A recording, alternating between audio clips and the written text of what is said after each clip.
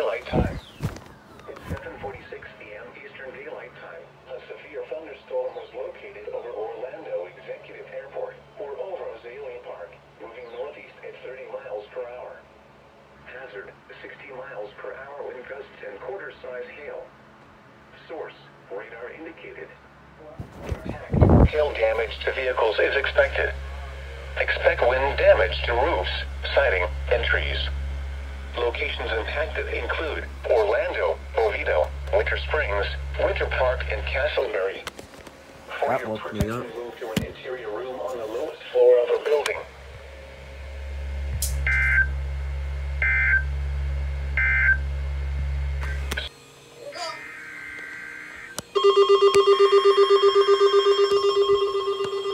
He's gonna activate.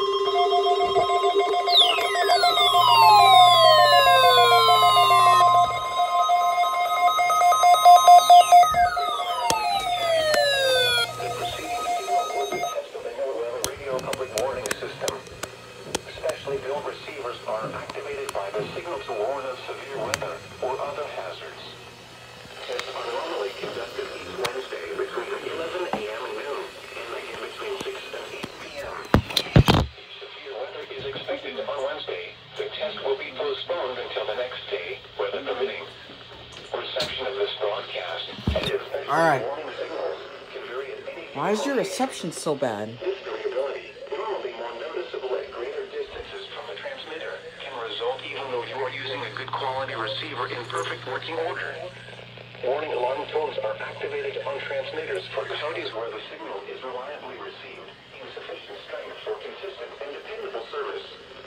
For station KIH 2060 Daytona Beach, warning alerts will be activated for Volusia, Flagler, Putnam, Lake, Seminole, Brevard, and Orange counties.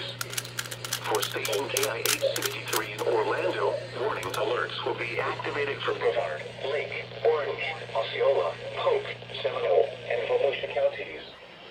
For station WXJ70 in Melbourne, warning alerts will be activated for Brevard, Indian River, Orange, and Osceola counties. For station WWF69 in Fort Pierce, warning alerts will be activated for Indian River, Martin, Okeechobee, and St. Lucie counties. This has been a test of the NOAA Radio Public Warning System. We now return to the regular broadcast program.